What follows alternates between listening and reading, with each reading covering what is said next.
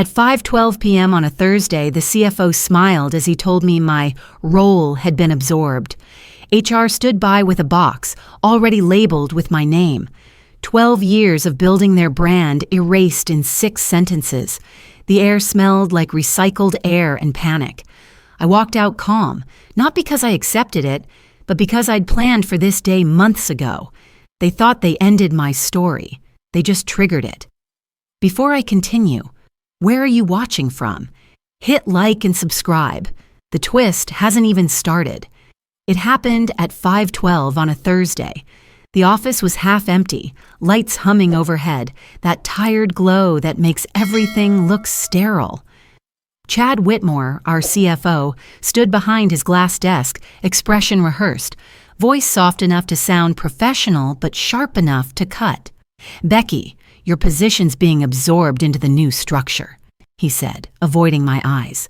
"Effective immediately." His assistant lingered in the doorway, holding a cardboard box like a prop in a bad play. HR was already logged into my account. Emails locked, calendar cleared. I didn't say anything at first. 12 years of campaigns, rebrands, and late nights collapsed into a 2-minute speech about strategic realignment. Chad smoothed his tie as if that made it easier. "We're grateful for everything you've built," he added, glancing at his watch like gratitude was timed by the minute. Behind him, the city glowed gold through the window, the kind of view they only give to people who never stay late. My badge was deactivated before I even stood up. I walked out carrying my mug, a chipped one with faded paint from some conference long forgotten. People were already looking away, pretending not to notice. No one says goodbye when the body's still warm. I passed the reception desk where a new banner announced our transformational future. My throat burned, but I smiled anyway. They thought they'd cut me off before the deal closed. They didn't know the clock had already started ticking in my favor. I wasn't some middle manager lost in spreadsheets. I was the one who built Apex Innovations' identity from a no-name firm into the brand that investors drooled over. The campaigns everyone praised in board meetings, my blueprints, the visuals that turned stagnant clients into lifetime contracts, my team's ideas, my revisions at 2 a.m. I'd trained myself to be invisible when the credit came, let the executives perform success while I handled substance. But invisibility has a price. Over 12 years, I learned how leadership mistook silence for weakness, how they mistook consistency for compliance. My team knew different.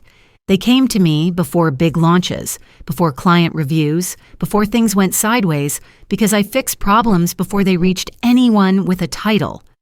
Chad Whitmore, the CFO who fired me, wasn't built like that. He liked visible wins, public metrics, quick optics, financial polish that fooled investors. He didn't understand creation, only subtraction. In meetings, he used words like redundancy and streamlining, the way surgeons talk about removing organs, as if cutting always meant curing. I saw the writing months ago when he started replacing senior leads with cheaper hires under the banner of fresh energy. It wasn't personal, he said when he ended careers. It was business. But business doesn't smile while it's bleeding you dry. I'd sat through one too many of his presentations where he treated people like expenses instead of engines. The younger designers would whisper about him in the cafeteria, calling him the scissor hands, because everything he touched disappeared. They thought it was funny. I didn't.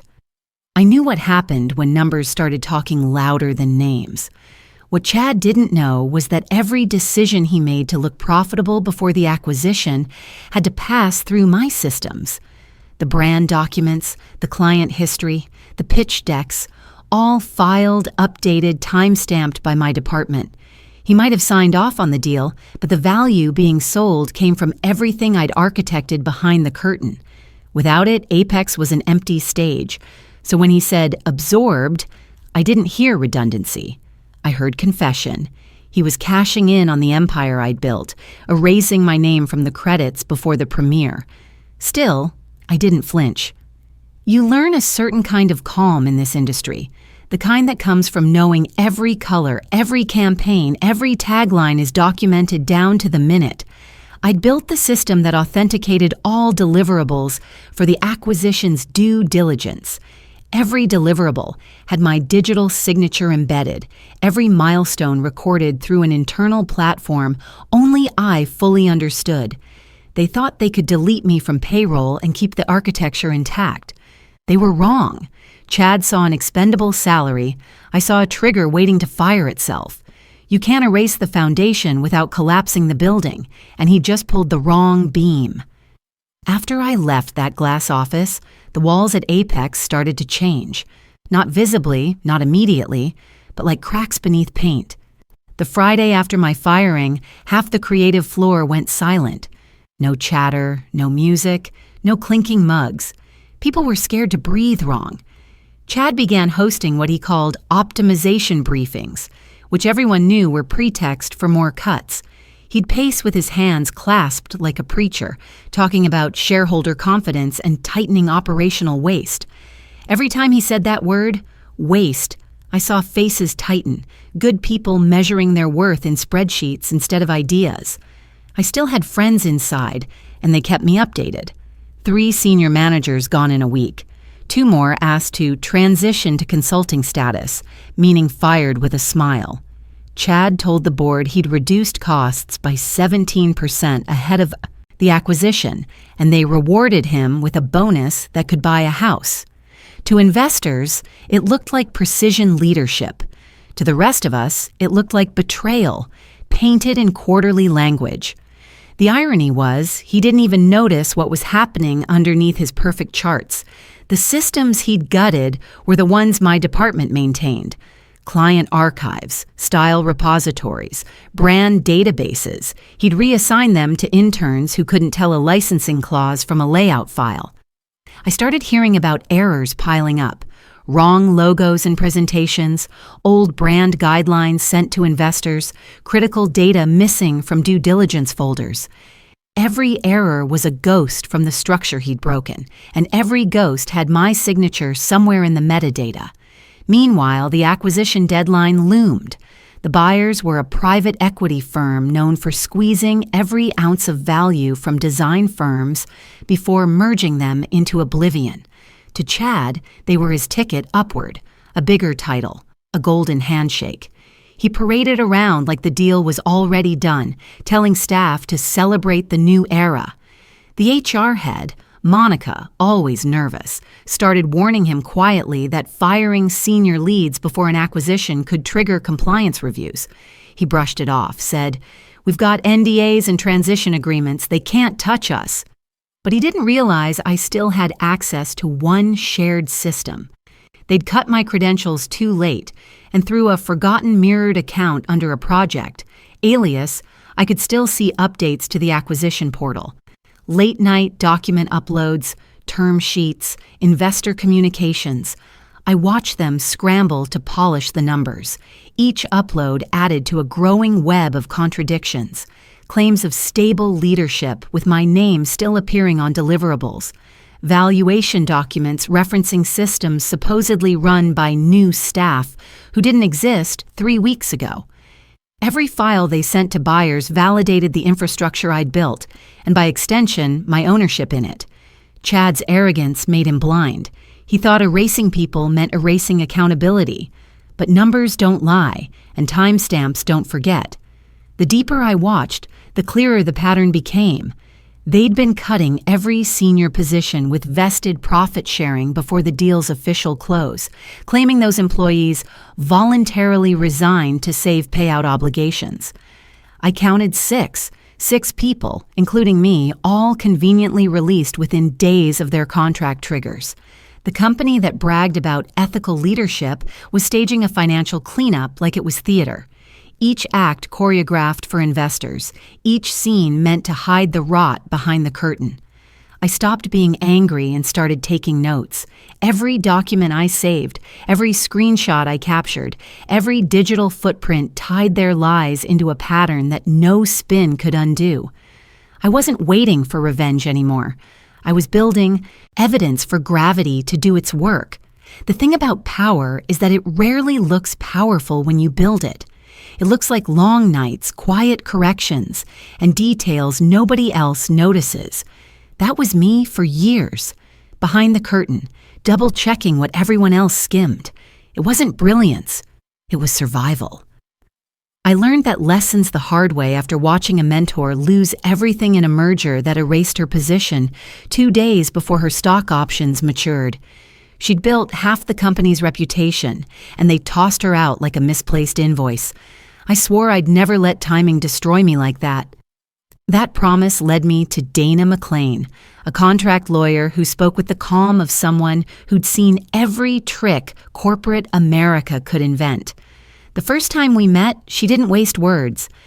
"They'll never stab you in the front," she said, tapping her pen, "so build armor where they think you're weakest." I paid her more than I could afford back then to do exactly that. We sat for hours rewriting my contract, changing commas, verbs, even punctuation. Most of those changes didn't matter, but one did: the acquisition clause.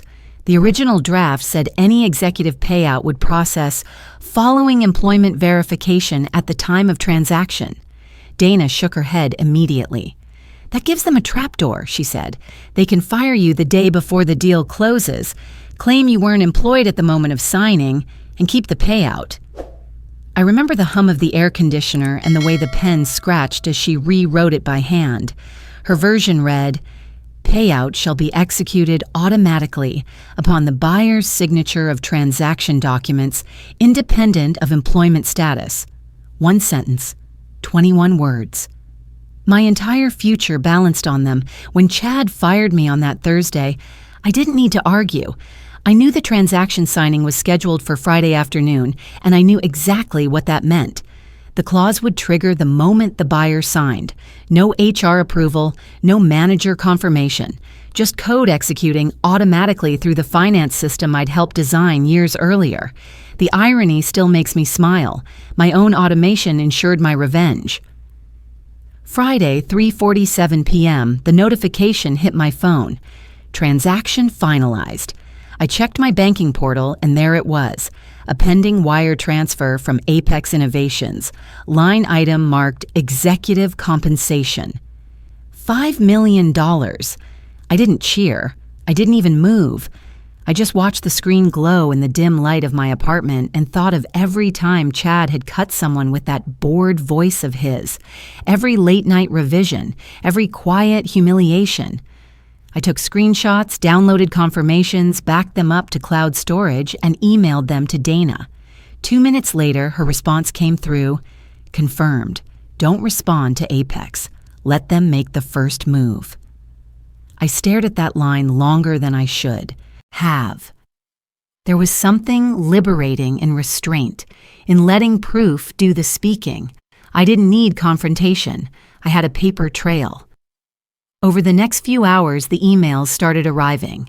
Automated alerts, HR notifications, and then the first frantic message from Chad's assistant marked urgent. "Please confirm receipt of executive compensation notice." I didn't answer. By then, the system had already done what it was built to do: honor the rules they'd agreed to, the ones they never thought would turn against them. It wasn't an accident. It was design.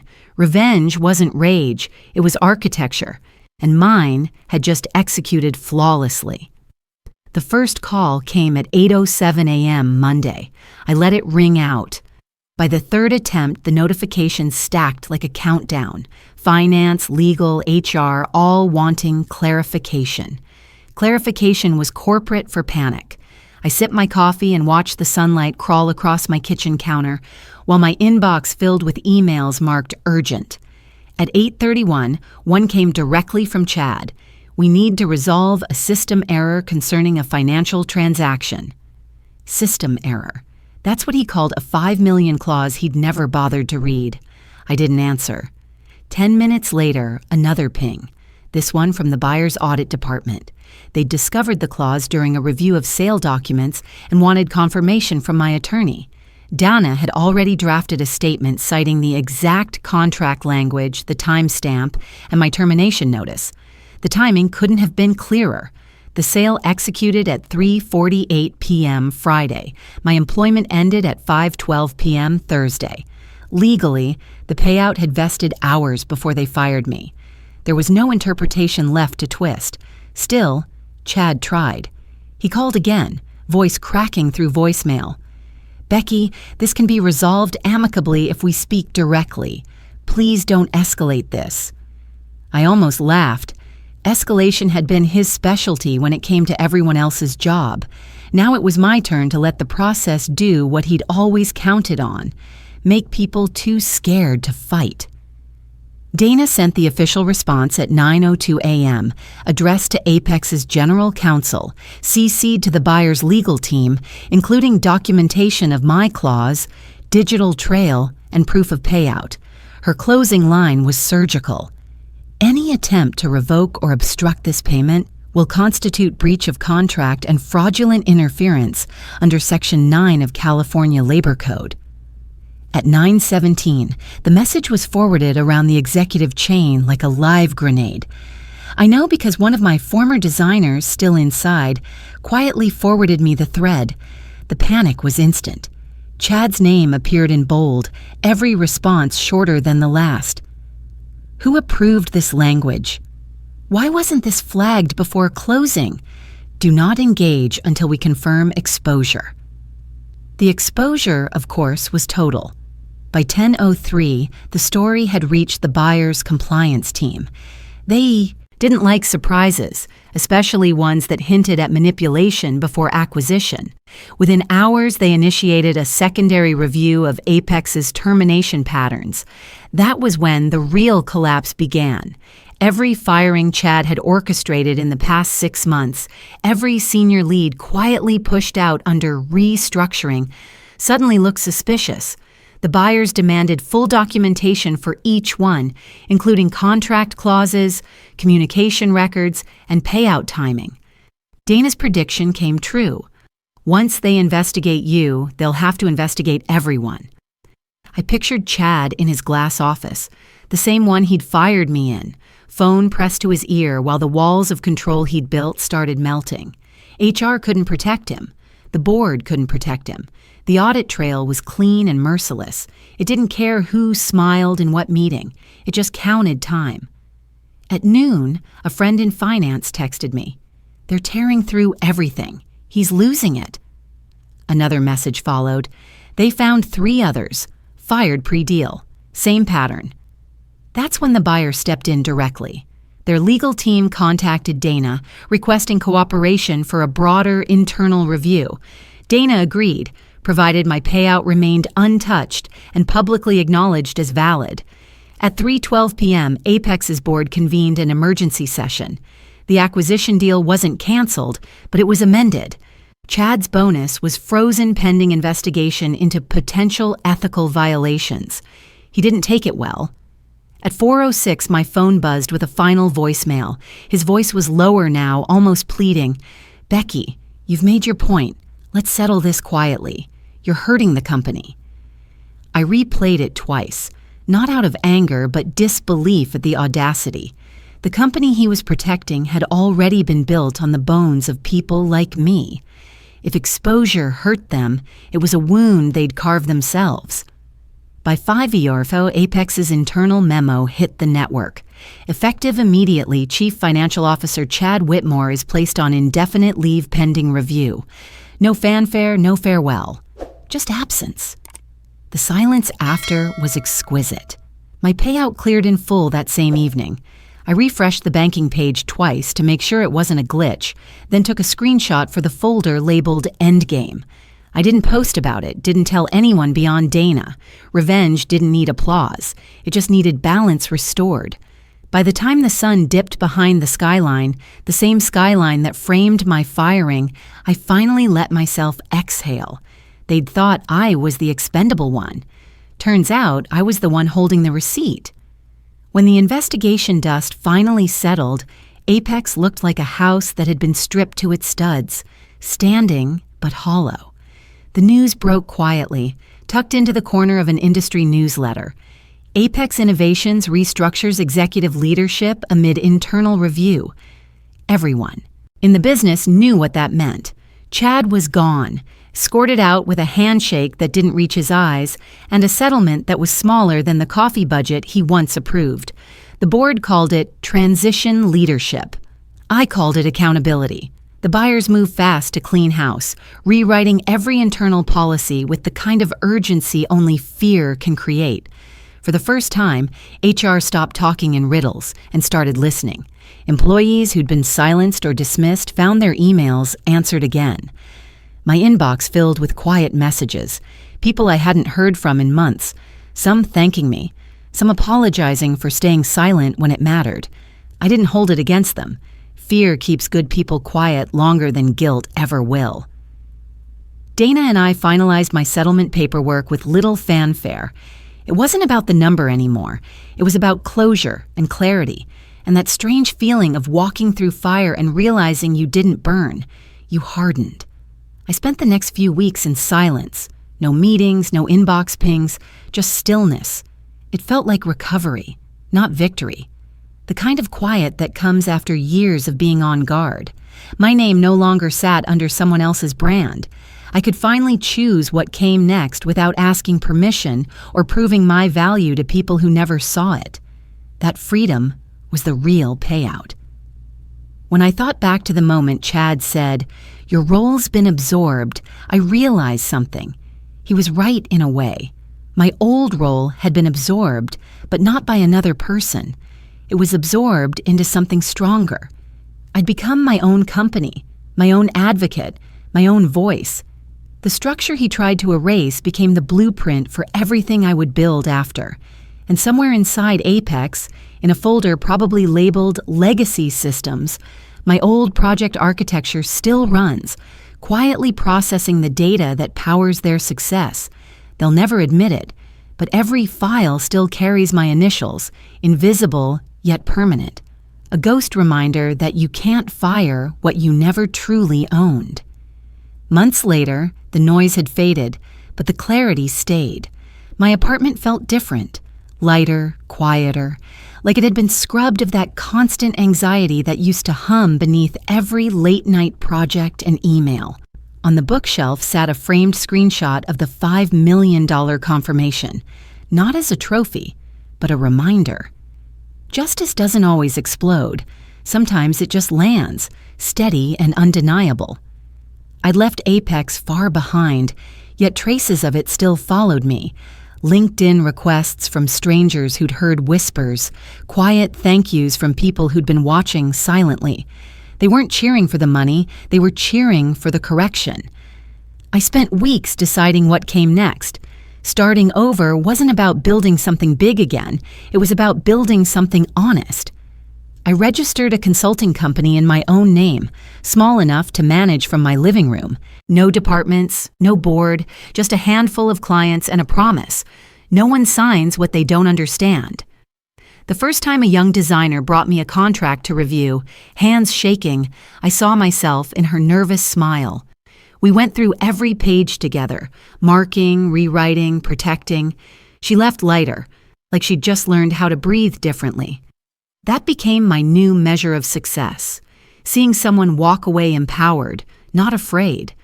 Dana still calls sometimes, half joking that I turned her legal advice into a life philosophy. Maybe she's right.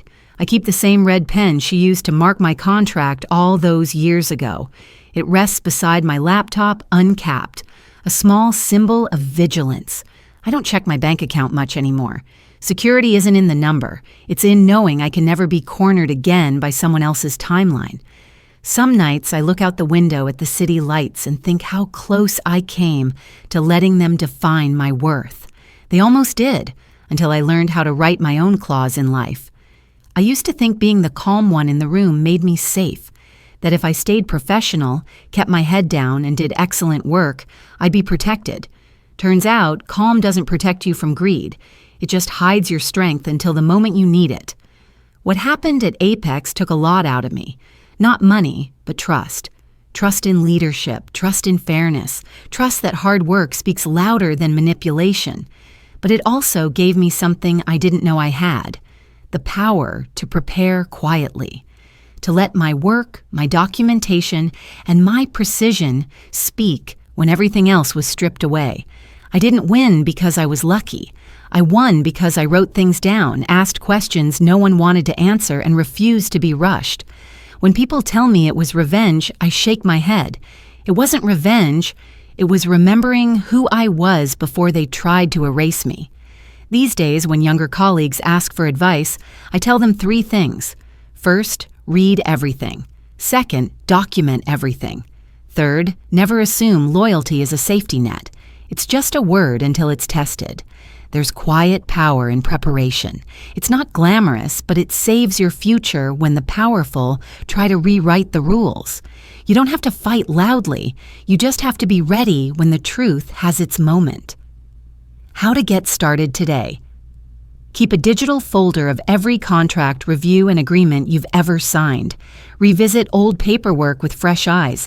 Highlight the timing clauses. Ask questions before you sign anything new, even if it makes people uncomfortable. Write down dates, promises, and changes. They become evidence later. Remember, silence can be strategy, not surrender. Have you ever caught a detail that changed everything? Share your story below.